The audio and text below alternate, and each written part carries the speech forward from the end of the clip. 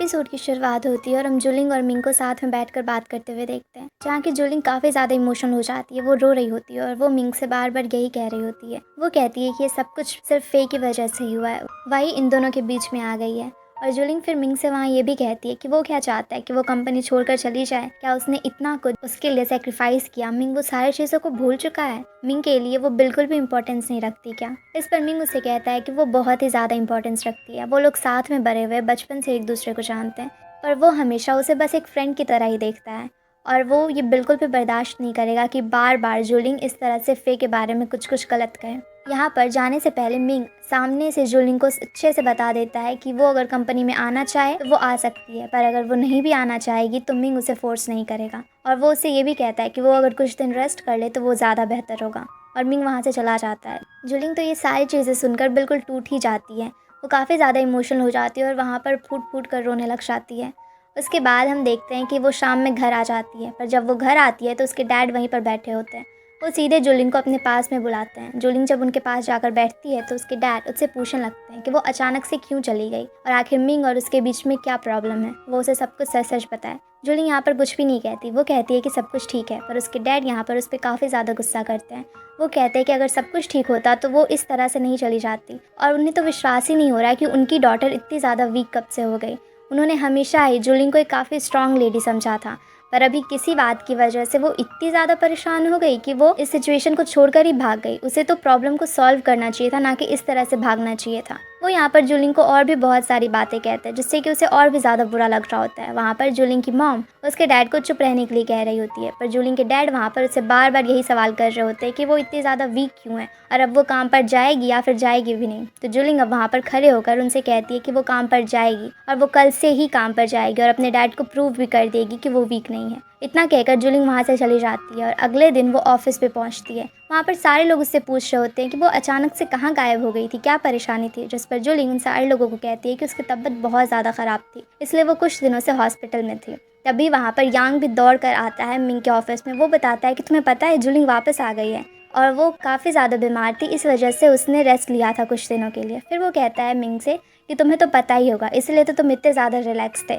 Ming वहाँ पर कहता है कि हाँ मुझे पता था, लेकिन यांग के जाने के बाद में वो हंसने लग जाता है और कहता है कि अच्छा उसने ये बहाना बनाया। पर यहाँ पर वो बिल्कुल भी इस बात से परेशान नहीं था। वो खुश था कि जुलिंग वापस आ गई है और उसने जानबूझकर उसे इस तरीके से बात की ताकि वो फिर से काम को ज्वाइन भी कर सके, क्योंकि वो अपनी फ्रेंड को हर्ट नहीं करना चाहता था। दूसरी तरफ हम पेरिस का सीन देखते हैं, जहाँ की फे जब यूनिवर्सिटी के लिए अपने घर से निकलती है तो वहीं पर वहाँ पर उसे जायू के फादर के असिस्टेंट मिल जाते हैं। वो उसे पूछते हैं कि उसने जायू को देखा है, तो वहाँ पर फे कहती है कि उसने आज सुबह से उसे नहीं देखा। तो वहाँ पर असिस्टेंट उन्हें बताते हैं कि आज उसका बर्थडे है और वो कब से उसे कॉल करने की कोशिश कर रहे हैं, पर जायू तो उनके फ़ोन को भी पिक नहीं कर रहा। फे कहती है कि उसे इस बारे में कुछ नहीं पता, पर अगर वो जायू से मिलेगी तो ज़रूर कह देगी कि वो उन्हें ढूंढ रहे हैं। उसके बाद फे यूनिवर्सिटी जाती है तो उसके प्रोफेसर बताते हैं कि आज एक कोई दूसरे गेस्ट है जो कि उनकी क्लास को लेंगे। फिर वो बताते हैं कि ये काफ़ी ज़्यादा चाइनीज़ लिटरेचर और चाइनीज़ फैब्रिक के बारे में बहुत कुछ जानते हैं और एक बहुत ही अच्छे प्रोफेसर भी हैं। तभी वहाँ पर हम देखते हैं कि ये न्यू वाले प्रोफेसर कोई और नहीं बल्कि जायू ही था, जो कि आज वहाँ पर एक दिन उन लोगों की क्लास लेने को आया था। जिसे देखकर जिंग से कहती है कि मुझे तो विश्वास ही नहीं हो रहा कि जायू प्रोफेसर भी है और उसने ये काम कब से शुरू कर दिया। तो वहाँ पर फे कहती है कि उसे भी इसके बारे में कुछ नहीं पता। फिर जायू पूरे दिन क्लास लेता है और वो काफ़ी अच्छे से सब कुछ समझाता है। सारे लोगों को उसकी क्लास काफ़ी पसंद आती है, इसलिए जब क्लास ओवर होती है तो सारे लोग वहाँ पर उसे घेर कर सवाल करने लग जाते हैं और पूछने लग जाते हैं चाइनीज़ फैब्रिक के बारे में, वहाँ के कल्चर के बारे में। वो सारे लोगों को बता रहा होता है। पर फिर देखता है कि फे बाहर जा रही है तो वो भी दौड़कर फे के पास में आता है। फिर वहीं पर रुकी हुई थी। वो उसे कहती है कि आज वो उसके फादर के असिस्टेंट से मिली, वो जायू को कॉल कर रहा है तो उसे पिक करना चाहिए। पर तभी वहाँ पर जायू आगे कुछ बोलता इससे पहले ही वहाँ पर प्रोफेसर आ जाते हैं। वो जायू को कहते हैं कि आज वो जायू के साथ में कहीं पर डिनर के लिए चलना चाहते हैं और स्टूडेंट्स को भी उन्होंने आने को कहा है। वो वहाँ पर फे को भी इन्वाइट करते हैं और ये सारे लोग अभी डिनर के लिए जाते हैं। सारे लोग वहाँ पर काफ़ी खुश होते हैं और वहाँ पर प्रोफेसर जायू को सरप्राइज़ देना चाहते थे, क्योंकि उन्हें पता था कि आज उसका बर्थडे है। पर जैसे ही वो केक लेकर आते हैं, जायू किसी बात से उदास हो जाता है और सबके सामने में वहीं से उठ के चला जाता है, जिससे सारे लोग काफ़ी ज़्यादा ऑकवर्ड फील करने लगते हैं। और फिर वो घर पर आकर सीढ़ियों पे बैठा होता है। थोड़ी देर के बाद फे जब आती है तो वो उसे ऐसे अकेले सीढ़ियों पे बैठा देखती है। वो उसे पूछती है कि आखिर प्रॉब्लम क्या है, उसे इस तरीके से नहीं आना चाहिए था। प्रोफेसर ने कितनी खुशी से उसके लिए आज एक सरप्राइज प्लान किया था, पर वो इस तरह से चला आया। तभी वो बताता है कि वो हमेशा अपना बर्थडे अपनी माँ और अपनी बहन के साथ में मनाता था और उसकी मॉम की डेथ के बाद उसकी बहन भी कहीं और चली गई और अब वो बिल्कुल अकेला है, इसलिए वो अपना बर्थडे सेलिब्रेट करना पसंद नहीं करता। तभी वहाँ पर फे बैठकर उसके लिए थ्रेड से एक फ़िश बनाती है, क्योंकि चाइनीज़ कल्चर में किसी को बर्थडे पे फ़िश देना काफ़ी अच्छा माना जाता है। वो वहाँ पर उस फ़िश को बनाकर अपनी ईयरिंग से उसकी आंखें भी बनाती है और अच्छे से वहाँ पर ज़ायू को गिफ्ट करती है और उसे बर्थडे भी विश करती है। ये देखकर ज़ायू काफ़ी खुश हो जाता है और वो कहता है कि वो हमेशा इसे अपने पास में रखेगा। उसके बाद फे वहाँ से जाने लगती है तो ज़ायू उसे पूछता है, वो उसे कहता है कि उसने पिछले दिन जो किया उसके लिए वो माफ़ी चाहता है और चाहता है कि वो लोग पहले की तरह अच्छे फ्रेंड बन के रह सके और सारी मिसअंडरस्टैंडिंग को यहाँ पर क्लियर कर सके। पर फे उससे कहती है कि वो और मिंग एक दूसरे को डेट कर रहे हैं और मिंग वहाँ पर ज़ायू को उतना पसंद नहीं करता और वो नहीं चाहती कि वो ऐसे इंसान के क्लोज हो जिसे उसका बॉयफ्रेंड पसंद नहीं करता। वो कहती है कि जब फे और ज़ायू फ्रेंड थे तो उसने उस टाइम को काफ़ी ज़्यादा इंजॉय किया था, पर अब वो लोग दूर रहे इसी में सबके लिए बेहतरी है। ये कहकर फे वहाँ से चली जाती है। तभी वहाँ पर ज़ायू के फादर के असिस्टेंट आते हैं, जो कि ज़ायू से कहते हैं कि उन्होंने आज कितना उसे कॉल किया पर फिर भी वो आ नहीं रहा था। वो कहते हैं कि ज़ायू के डैड घर पर उसका वेट कर रहे हैं, इसलिए ज़ायू वहाँ पर चले। पर ज़ायू कहता है कि वो बिल्कुल भी नहीं जाएगा। वहाँ पर उसके डैड के असिस्टेंट काफ़ी ज़्यादा उसे रिक्वेस्ट भी करते हैं, पर ज़ायू साफ साफ मना कर देता है कि वो घर तो बिल्कुल भी नहीं आएगा।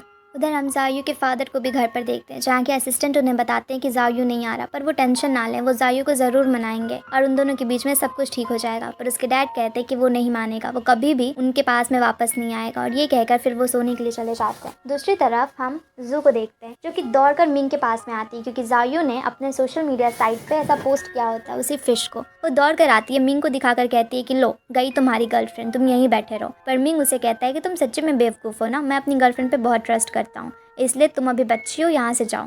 उसके बाद जब वो कार में ऑफिस जा रहा होता है तभी वहाँ पर फिर से लाइव आती है। वो आज के दिन के बारे में बता रही होती है कि वो मिंग को भी मिस करती है। तभी वहाँ पर जिंग आ जाती है, जिसे कि पता नहीं होता कि फे अभी लाइव कर रही है, इसलिए वो आकर पूछने लग जाती है कि ज़ायू को क्या हुआ है, वो इतना ज़्यादा अपसेट क्यों हो गया, आज तो उसका बर्थडे था ना, उसे इस तरीके से नहीं करना चाहिए था। सारे लोग वहाँ पे ऑकवर्ड हो गए थे। तभी फे वहाँ पर उसे चुप रहने का इशारा करती है, पर फिर वो मिंग को बताती है कि आज उसका बर्थडे था और कैसे प्रोफेसर ने उसके लिए एक सरप्राइज भी प्लान किया था, पर वो अचानक से वहाँ से उठ के चला गया, उसे ऐसा तो नहीं करना चाहिए था। पर जब वो घर आई तो उसने देखा कि वो काफ़ी ज़्यादा सैड है, तो उसने एक फ़िश बनाकर उसे गिफ्ट दे दिया। वो मिंग को वहाँ पे सॉरी भी कहती है। वो कहती है कि उसे शायद ऐसा नहीं करना चाहिए था। मिंग गुस्सा तो नहीं है, पर मिंग उसे कहता है कि वो बिल्कुल भी गुस्सा नहीं, उसे उस पर ट्रस्ट है, इसलिए वो चिंता ना करे और यहाँ पर वो काफ़ी खुश होती है। दूसरी तरफ हम जू और फ़ान को देखते हैं, जहाँ की जू काफ़ी गुस्से में जा रही होती है।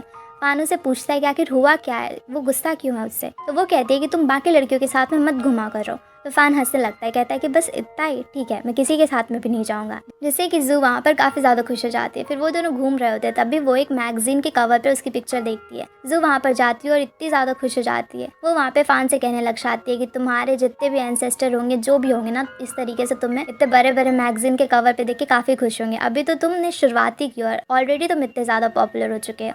वो वहाँ पर इतना ज़्यादा खुश हो जाती है कि वो सारे के सारे मैगजीन्स ही खरीद लेती है और फ़ान के साथ में उससे ले लेती है। उसके बाद फिर हम मिंग जुआन कंपनी में देखते हैं, जहाँ की मिंग और वहाँ पे जुलिंग के फादर और भी बाकी के सारे एम्प्लॉयज़ होते हैं, जहाँ की मीटिंग चल रही होती है और जुलिंग के फादर वहाँ पर मिंग से कह रहे होते हैं कि वो गलती कर रहा है, एसएलसी बिल्कुल भी उनको भाव नहीं दे रही है और उस कंपनी के चक्कर में वो बाकी सारी चीज़ों को गड़बड़ कर देगा। उसे इतना ज़्यादा फंड, इतना ज़्यादा रुपये उस चीज़ में इन्वेस्ट नहीं करना चाहिए जिससे कि कंपनी को लॉस हो। पर वहाँ पर मिंग उन्हें अच्छे से समझाने की कोशिश करता है कि लॉस नहीं होगा, वो सब कुछ संभाल लेगा। पर बाकी के सारे लोग भी वहाँ पर थोड़े टेंस थे, पर फिर भी वो लोग मिंग का साथ देने का सोचते हैं। उसके बाद हम देखते हैं कि जुलिंग के फादर मीटिंग खत्म होने के बाद जुलिंग से मिलने के लिए आते हैं। वो वहाँ पर उसके डिजाइन देख रहे होते हैं और कह रहे होते हैं कि उसने कितने अच्छे से बनाया। पर वहाँ पर जुलिंग उनसे पूछती है कि आज मीटिंग में क्या हुआ, आपने कुछ गलत तो नहीं कहा ना। और उसके डैड वहाँ पर बोलने लग जाते हैं कि वो पता नहीं मिंग और उसके फादर समझते क्या हैं खुद को। जुलिंग के फादर खुद इतना ज़्यादा इन्वेस्ट कर रहे हैं कंपनी में, पर फिर भी वो लोग अपनी मनमानी कर रहे हैं, वो इस तरीके से सब कुछ होने नहीं देंगे। जुलिंग वहाँ पर उन्हें समझाने की कोशिश करती है कि वो बेकार में ही सोच रहे हैं और वो इतना ज़्यादा ना सोचें, पर फिर भी उसके फादर वहाँ पर काफ़ी गुस्सा होते हैं। शाम को वो वहाँ पर मिंग के फादर के साथ में चेस खेल रहे होते हैं, दोनों बातें कर रहे होते हैं और फिर वहाँ पर जुलिंग के फादर कह रहे होते हैं कि वो फिर से गलती कर रहा है, उसे इस तरीके से सारे डिसीजंस नहीं लेने चाहिए, खास करके मिंग को। वो उसके मन में तो जो आता है वो वही करता है, जहाँ तहाँ वो पैसों को इन्वेस्ट कर रहा है, इतने सारे फंड्स ऐसी चीज़ में लगा रहा है जिसके लिए कि वो श्योर भी नहीं है कि उससे कोई प्रॉफिट होगा भी या फिर नहीं। पर वहाँ पर मिंग के फादर उसे कह रहे होते हैं कि उन्हें टेंशन लेने की ज़रूरत नहीं है, मिंग सब कुछ सही से कर देगा। पर फिर भी वहाँ पर जुलिंग के फादर काफ़ी ज़्यादा गुस्से में होते हैं और वो बिल्कुल भी बात ही नहीं समझ रहे होते हैं। तभी वहाँ पर जुलिंग आती है और कहती है कि खाना रेडी है, तो वो लोग पहले खाना खा ले फिर बातें करेंगे, इसलिए वो लोग खाना खाने के लिए चले जाते हैं। उसके बाद फिर हम फिर से फे को देखते हैं, जो कि एक न्यू ड्रेस को बना रही होती है। उसके प्रोफेसर आते हैं वहाँ पर, वो उससे इसके बारे में पूछे तो वो उन्हें अच्छे से सब कुछ एक्सप्लेन करती है। उसके प्रोफेसर कहते हैं कि सारी चीज़ों पर ध्यान देना और छोटी से छोटी चीज़ों पर भी ध्यान देना, क्योंकि ये लोग इस ड्रेस को एक शो में प्रेजेंट करने वाले थे और फर्स्ट टाइम ये लोग ऐसा कर रहे होते हैं एज अ यूनिवर्सिटी स्टूडेंट। तो इसलिए उसके टीचर भी उसे कहते हैं कि वो अच्छे से ध्यान दे। उसके बाद हम फे को देखते हैं जहाँ वो काम करने के लिए आती है। तो वहाँ वर्कशॉप पर एक लेडी आती है जिसके कि कपड़े में कुछ कट्स आ गए होते हैं और उसे वो जल्दी से ठीक करना था। वो उसकी बेटी के लिए होते हैं और उन्हें वो जल्दी से अपनी बेटी को देना होता है। पर वहाँ पर बाकी के सारे वर्कर्स कह रहे होते हैं कि इसमें तो टाइम लगेगा, 2-3 दिन लग जाएगा, क्योंकि ये काफ़ी ज़्यादा ब्रांडेड क्लॉथ था और ऐसे ही वो लोग कुछ भी नहीं कर सकते। तो तभी वहाँ पर फे आती है। वो कहती है कि उसके पास एक आइडिया है। वो वहाँ पे फिर से कुछ एम्ब्रॉयडरीज करती है और उसको बिल्कुल सही कर देती है, जिससे कि सारे लोग काफ़ी इंप्रेस हो जाते हैं।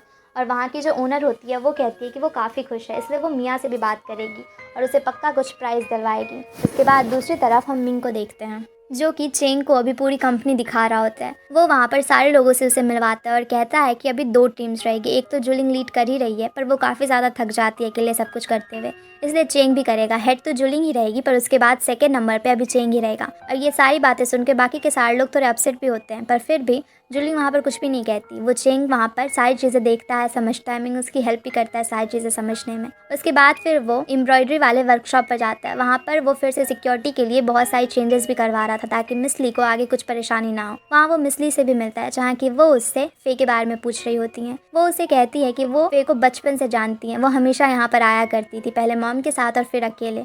उन्होंने उसे बड़े होते हुए देखा और वो उसे काफ़ी ज़्यादा प्यार करती है। वो मिंग से कहती हैं कि वो तो फ्रांस जाया करता है ना, तो वो फे से मिला करे और उसका अच्छे से ख्याल रखा करे।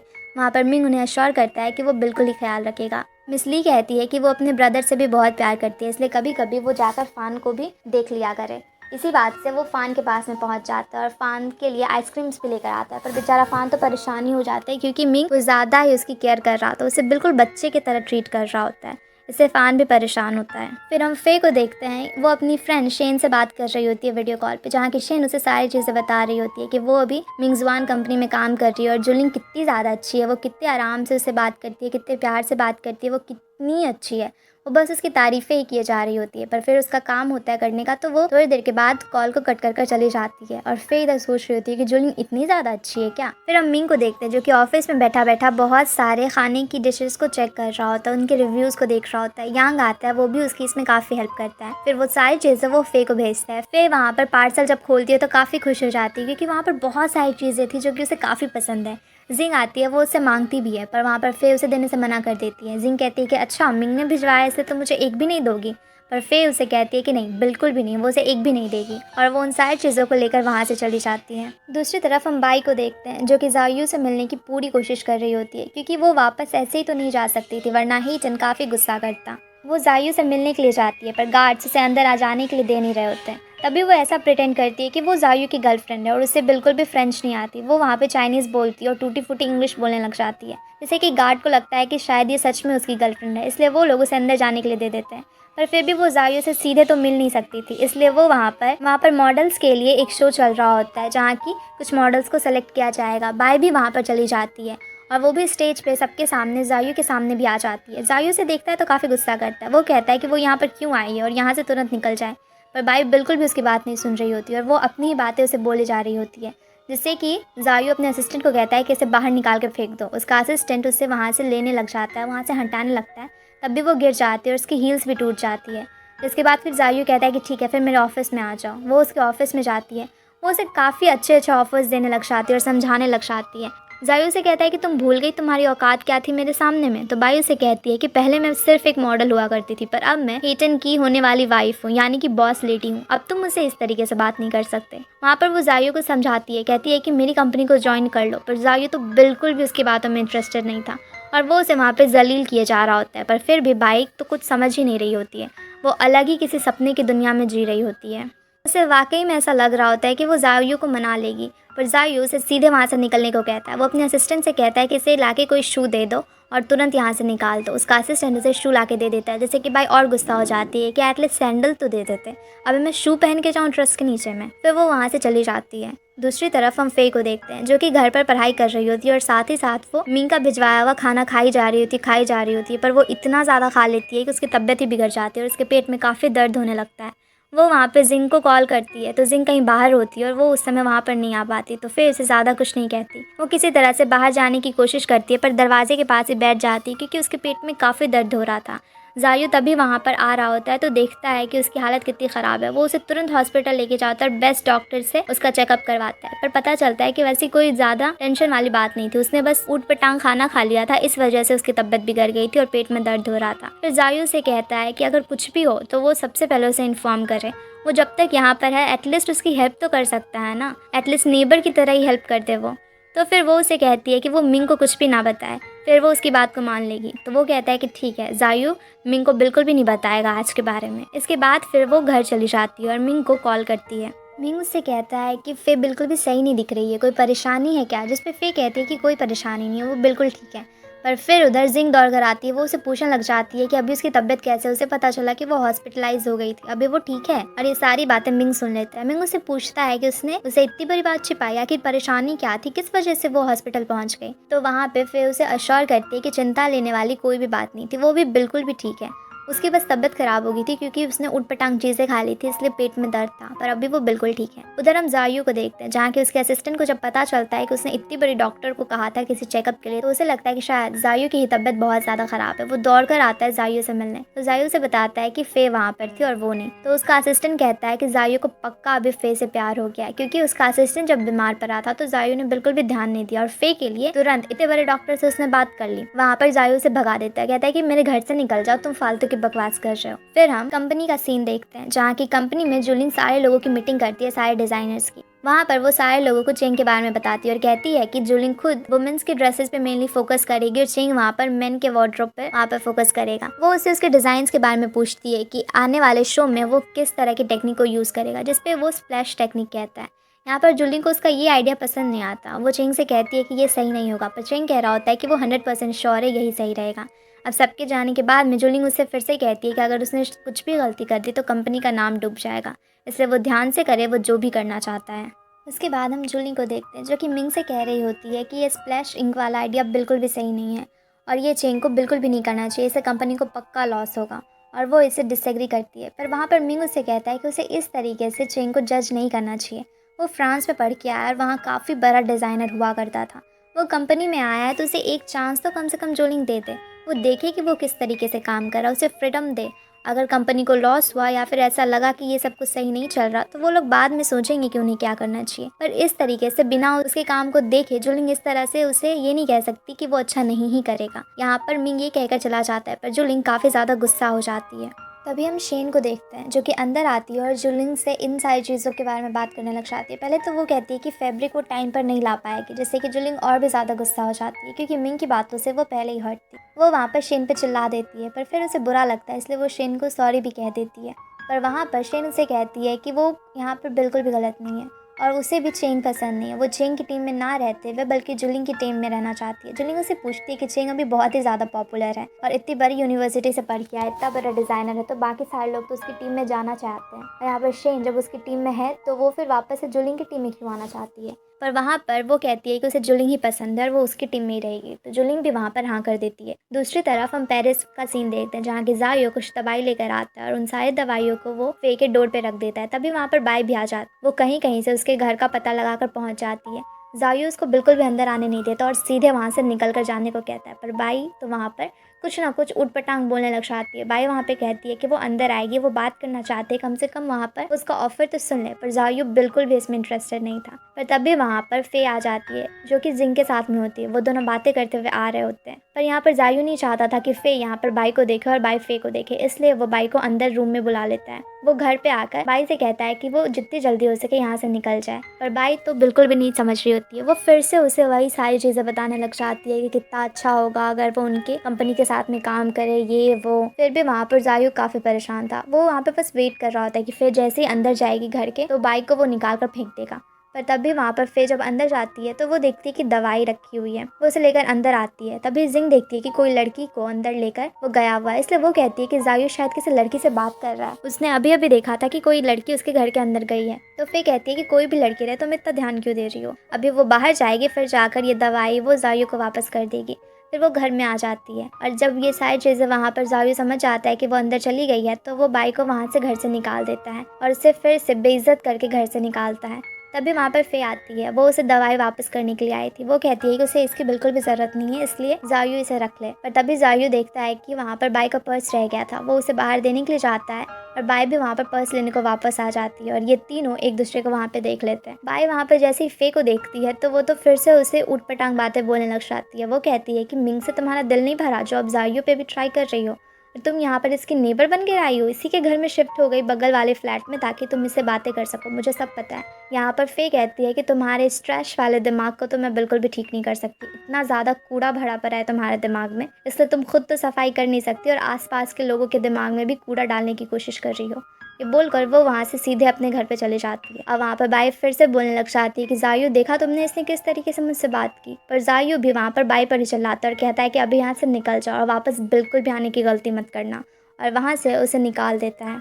उसके बाद हम मिंग को देखते हैं जो कि चेंग से मिलने के लिए जाता है। चेंग वहाँ पर रात रात तक जगकर काम में अभी बिजी होता है, तो वहाँ पर मिंग उससे कहता है कि इतनी भी ज़्यादा परेशानी लेने की ज़रूरत नहीं है, वो थोड़ी देर तो आराम कर सकता है। पर चेंग कहता है कि वो फर्स्ट टाइम यहाँ पर कुछ कर रहा है, तो वो चाहता है कि वो अपना बेस्ट दे। उसके बाद मिंग वहाँ पर फे को भी कॉल करता है, जहाँ की फे उसे बताती है कि उसे नींद नहीं आ रहा। इस वजह से मिंग उसे बहुत सारी स्टोरी भी सुनाता है। हमेशा फे उसे सुनाती थी, पर इस बार मिंग उसे सुनाता है और उसके बाद फे काफ़ी अच्छे से अच्छी नींद में सो जाती है। सुबह वो अपने भाई को भी कॉल करती है और उससे बातें कर रही होती है, जहाँ की फान उसे कहता है कि प्लीज़ अपने बॉयफ्रेंड को बोलो कि मेरे पास ना आए, यार मैं परेशान हो गया हूँ, एकदम बच्चे की तरह मुझे ट्रीट करता है और इतनी सारी टॉफ़ी, चॉकलेट्स, आइसक्रीम, ये सारी चीज़ें लाकर कौन देता है, मैं बड़ा हो चुका हूँ, इतना भी छोटा नहीं हूँ। जिसकी बात सुन के वहाँ पर फे को काफ़ी हंसी आती है। वो कहती है कि ठीक है, वो मिंग को समझा देगी। वहाँ पर फान उसे बताता है कि आज वो एक मॉडलिंग कंपनी के लिए भी जा रहा है ऑडिशन देने के लिए, और वो ऑडिशन में जाता है तो हमें पता चलता है कि ये कोई और नहीं बल्कि मिंगजुआन की ही कंपनी थी, जहाँ की ऑडिशन देता है और सेलेक्ट भी हो जाता है। जब वो वहाँ से आ रहा था तो काफ़ी लड़कियाँ उसे देखकर इम्प्रेस हो रही थी, वो लोग उसे जानती थी और वो लोग वहाँ पर उसका ऑटोग्राफ भी लेती है, जिससे कि वो काफ़ी ज़्यादा खुश हो जाता है। और आते समय उसे मिंग मिलता है, जैसे कि वो बताता है कि फे के कंपटीशन के बारे में। वो कहता है कि फे वहाँ पर जीत नहीं पाई है, तो मिंग वहाँ पर फे को कॉल करता है, तो फे बताती है कि हाँ उसने शो में ड्रेस तो भेजा पर वो वहाँ पर हार गई। तो मिंग उसे चेयर अप करता है। वो कहता है कि उसे टेंशन लेने की ज़रूरत नहीं है, वो अगली बार जीत जाएगी। तो फे कहती है कि हाँ उसे भी बिल्कुल टेंशन नहीं है, वो अगली बार अच्छे से कर लेगी। और यहाँ पर वो मिंग को फान के पास जाने से भी मना करती है। वो कहती है कि तुम इसे इतना ज़्यादा छोटे बच्चे की तरह ट्रीट मत करो, बेचारा परेशान हो गया है। और वो इस तरह से बातें ही कर रही होती है कि तभी वहाँ पर एक लड़की आती है। वो जायू के बारे में पूछती है, पर वहाँ पर फे ज़्यादा ध्यान नहीं देती और उस लड़की को जायू के घर के बारे में बता देती है कि वो किस फ्लोर पे है और कौन सा नंबर है उसके घर का। अब ये लड़की वहाँ पर जाती है और बेल बजाती है, और जैसे ही वो बेल बजाती है और जायू खोलता है तो वो एकदम शॉक रह जाता है। वो उसे तुरंत गले लगा लेता है और बहुत ज़्यादा रोने लग जाता है। वो काफ़ी ज़्यादा यहाँ पर इमोशनल हो जाता है। वो उस लड़की को कहता है कि चलो अंदर हम लोग बात करेंगे। फे भी वहाँ पर आ रही होती है और उन लोगों को हक करते देखती है, तो उसे लगता है कि कहीं जायू की नई गर्लफ्रेंड तो नहीं बन गई। फिर वो अंदर आती है तो जिंग को भी बताती है कि वो एक लड़की को हक कर रहा है। जिंग भी जल्दी से दरवाज़ा खोल के देखने के लिए जाती है, पर देखती है कि वो लोग अंदर चले गए हैं। फिर अंदर हम देखते हैं कि वहाँ पर जायू अंदर लेकर जाता है और उससे कुछ बातें कर रहा होता है। दूसरी तरफ हम मिंगजुआन कंपनी को देखते हैं, जहाँ की वहाँ पर जूलिंग के फादर होते हैं, मिंग के फादर होते हैं, मिंग, जूलिंग सारे लोग वहाँ पर होते हैं। वहाँ पर वो सारे लोग एसएलसी के बारे में बात कर रहे होते हैं, उसी कंपनी के बारे में। और तभी वहाँ पर वो चेंग के बारे में भी बताता है। मिंग कहता है कि चेंग काफ़ी अच्छा डिज़ाइनर है और वो जूलिंग के साथ में काम करेगा तो जूलिंग भी काफ़ी ज़्यादा अच्छा फील करेगी। वो काफ़ी ज़्यादा थक जाती है अकेले सब कुछ संभालते संभालते। पर यहाँ पर जूलिंग के डैड को ये बात बिल्कुल भी अच्छी नहीं लगती।